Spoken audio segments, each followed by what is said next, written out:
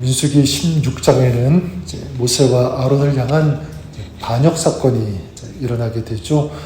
가나안 입구 이 가데스 바네아에서 다시 이제 광야로 들어가게 되는데 얼마의 시간이 흘렀는지는 정확하게 알지 못하지만 이스라엘이 다시 광야 생활을 하면서 일어난 사건으로 보입니다. 1절과 2절에 보면 레위 증손 고핫의 손자 이스라엘의 아들 고라와 루벤 자손 엘리압의 아들 다단과 아비람과 벨렛의 아들 오니 당을 짓고 이스라엘 자손 총회에서 택함을 받은 자 곧 회중 가운데서 이름 있는 지휘관 250명과 함께 일어나서 모세를 거스르느니라. 여기서 당을 지었다 이렇게 말씀하고 있는데 이제 고라와 그리고 여러 사람들 250명이 이제 반역하기 위해서 뜻을 모았다라고 볼 수 있겠죠. 그리고 거슬렀다 이렇게 말씀합니다. 이제 직접적으로 반기를 들었다는 것입니다. 이 고라와 다단, 아비람 그리고 온이 당을 짓고 이제 그들을 따르는 지휘관 250명이 모세에게 반기를 들었습니다. 일종의 반역 혹은 쿠데타라고 할 수도 있겠죠. 자, 그들이 이 모세에게 반기를 든 이유가 그러면 무엇인가? 3절에 보면 이렇게 말씀합니다. 그들이 모여서 모세와 아론을 거슬러 그들에게 이르되 너희가 분수에 지나도다. 회중이 다 각각 거룩하고 여호와께서도 그들 중에 계시거늘 너희가 어찌하여 여호와의 총회 위에 스스로 높이느냐. 여기 보니까 너희가 분수에 지나도다 이들이 그렇게 말하고 있죠. 라브라켄 이 직역하면 너희들이 너무 많이 가졌다 소유했다 이런 뜻입니다. 여호와만 높임을 받아야 하고 나머지는 모두 동등하게 거룩한 백성인데 모세와 아론 너희만 너무 많은 이 권력을 누리는 것 아니냐 이런 태도죠. 자, 특히 이들은 이 아론과 그의 후손들에게만 이 제사장직이 부여된다는 사실에 지금 도전하고 있고요. 또한 이 제사장직을 다른 외인도 공유해야 한다. 자, 그런 주장을 내세우고 있습니다.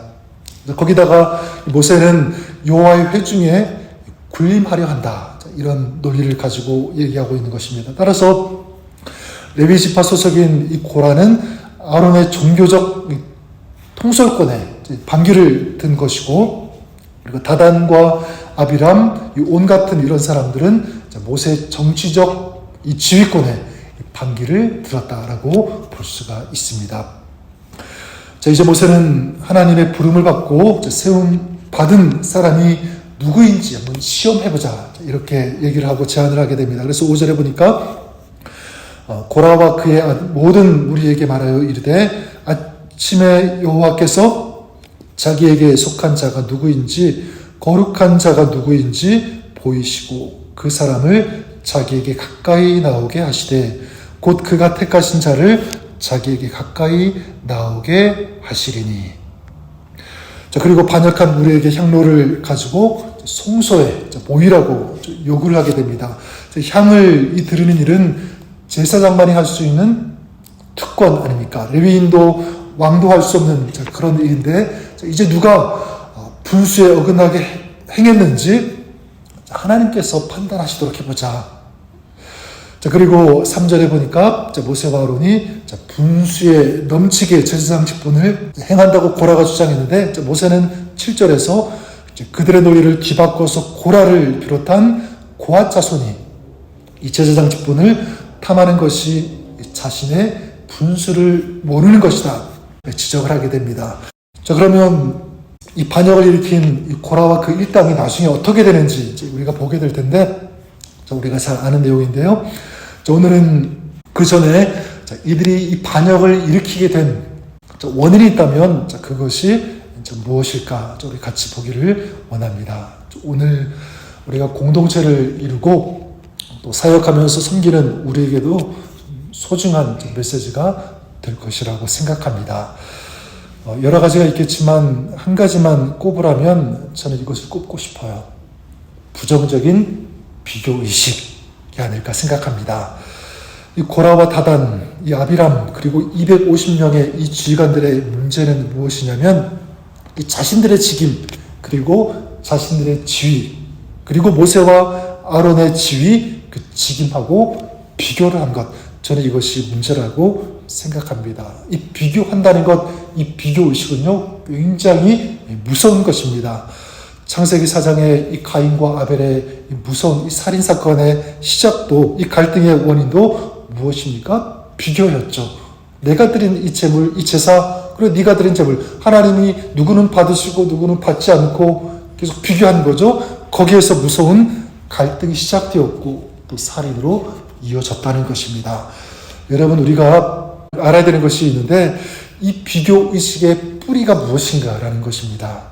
이 비교의식의 이 뿌리에는 뭐가 자리 잡고 있냐면 저는 열등감이라고 생각합니다. 열등감. 이 고라와 250명의 이 지휘관들은 모세와 아론이 하는 일을 보면서 아마도 상실감, 이 열등감에 빠졌던 것 같아요.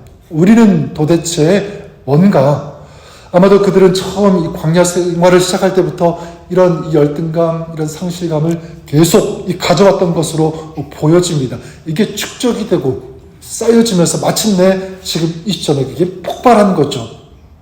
이 열등감이 시기심으로 바뀌게 되고 이 시기심이 점점 증폭되고 확대되면서 나중에 어디까지 가게 됩니까? 반역, 이 반기로 이어졌던 것입니다. 근데 여러분, 사실 이들이 이런 열등감을 가질 이유가 하나도 없었어요. 왜냐하면 모세와 아론의 이 지위는 그들이 잘났기 때문에 그렇게 세워진 것이 아니라 하나님께서 그냥 그들을 지명해서 부르셨고 그들을 하나님께서 세워주셨다고 하는 것입니다. 자, 그렇다면 고라와 250명의 지휘관들도 마찬가지죠.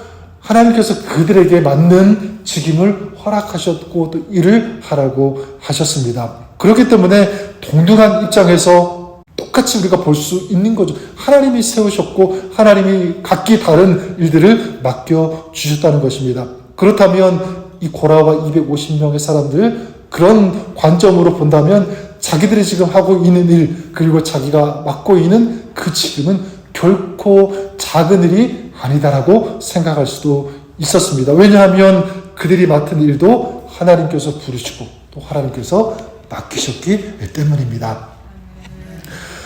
그래서 이 모세가 그들에게 그렇게 말하지 않습니까? 9절에 보니까 이스라엘의 하나님이 이스라엘 회중에서 너희를 구별하여 자기에게 가까이 하게 하사 여호와의 성막에서 봉사하게 하시며 회중 앞에 서서 그들을 대신하여 섬기게 하심이 너희에게 작은 일이겠느냐. 아주 정확하게 말하고 있는 거예요. 하나님께서 너희를 구별하셔서 성막에서 봉사하게 하셨다. 그것은 결코 작은 일이 아니다라는 것입니다. 이 고아자손 같은 경우에는 이 제사장직 다음으로 영광스러운 그런 직분을 맡은 자들이라고 해도 과언이 아닙니다. 그럼에도 불구하고 그들은 자신들의 이 직임을 굉장히 가볍게 여겼다는 것입니다. 자신들이 하는 일은 굉장히 작고 미약하다라고 여긴 것이죠. 결국 이런 마음과 이런 태도가 쌓이면서 어디까지로 갔습니까? 반역으로 이어졌다는 것입니다. 저는 오늘 이 고라와 250명의 이 사람들의 모습을 보면서 우리 자신을 점검하고 돌아보았으면 좋겠습니다. 여러분, 혹시 나는 어떤가? 나는 나 자신과 다른 사람을 비교하는 어떤 그런 마음의 자세가 있지는 않은가? 이런 비교의식이 지금 내 마음속에 자리 잡고 있지는 않은지 돌아보았으면 좋겠습니다. 저 사람은 저렇게 사는데 왜 나는 이렇게 살고 있는가? 반대로 나는 이런데 왜 저 사람은 저 모양이지? 어느 쪽이든 다 무엇입니까? 비교의식이에요. 어떤 사람은 나와 다른 사람의 경제력 비교하기도 하고 학력도 비교하고 성격도 비교합니다. 교회에서도 그럴 수 있죠. 누구는 저런 사역하는데 나는 왜 이런 것을 하고 있지? 끊임없이 이렇게 비교하는, 이게 세상뿐만 아니라 교회 안에서도 일어날 수 있는 일입니다. 여러분, 그렇지 않아요? 지금 하고 있는 일, 내가 섬기고 있는 사역 다 무엇이냐면 내가 특별해서 내가 어떤 자격이 되어서 하는 것이 아니라 하나님께서 나에게 맡겨주셨기 때문에 내가 한다는 것을 우리가 잊지 않았으면 좋겠습니다. 지금 나에게 있는 은사와 달란트 다 마찬가지예요. 하나님께서 나를 가장 잘 아시고 나의 형편과 상황에 맞게 우리 하나님께서 허락해 주셨다는 것을 우리가 기억했으면 좋겠습니다. 나의 나된 것은 모두 주님의 은혜라라고 고백했던 이 사도 바울처럼 우리도 마찬가지죠.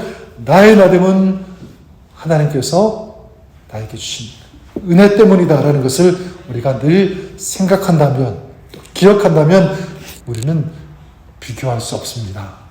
시기할 수 없고 열등감에도 빠지지 않습니다. 오히려 반대로 이 모든 것이 하나님으로부터 왔다. 하나님께서 이 기회와 이것을 주셨기 때문이다. 이것을 믿는다면 우리는 비록 작아 보여도 없어도 부족해도 우리는 그 속에서 감사할 수 있습니다.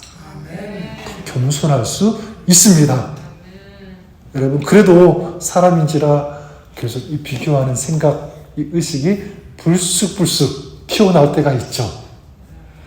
그럴 때마다 오늘 4절에 나오는 모세를 우리가 보고 닮았으면 좋겠습니다. 어떻게 합니까? 모세가 그런 반기를 드는 고라와 사람들 그 이야기를 들었을 때 가장 먼저 무엇을 합니까? 하나님 앞에 엎드리지 않습니까? 겸손히 하나님 앞에 엎드리고 하나님 앞에 맡기고 하나님의 도우심을 구하는 이 모습, 이것이 오늘을 살아가는 저와 여러분 우리 그리스도인들이 가져야 할 사세가 아닐까 저는 그렇게 생각합니다. 오늘 저와 여러분들이 모세가 그랬던 것처럼 겸손함으로 오늘도 내 뜻을 이루어가는 것이 아니라 하나님의 뜻을 이루어가는 그런 저와 여러분 삶이 될 수 있기를 우리 주님의 이름으로 간절히 축원합니다. 하나님께서 도와주시고 또 하나님께서 은혜와 능력을 여러분 가운데 채워주시고 또 부어주실 것을 믿습니다. 여러분의 삶 이런 믿음의 삶, 겸손의 삶, 승리의 삶을 살아가시는 복된 하루가 되시를 다시 한번 주님의 이름으로 간절히 축원합니다.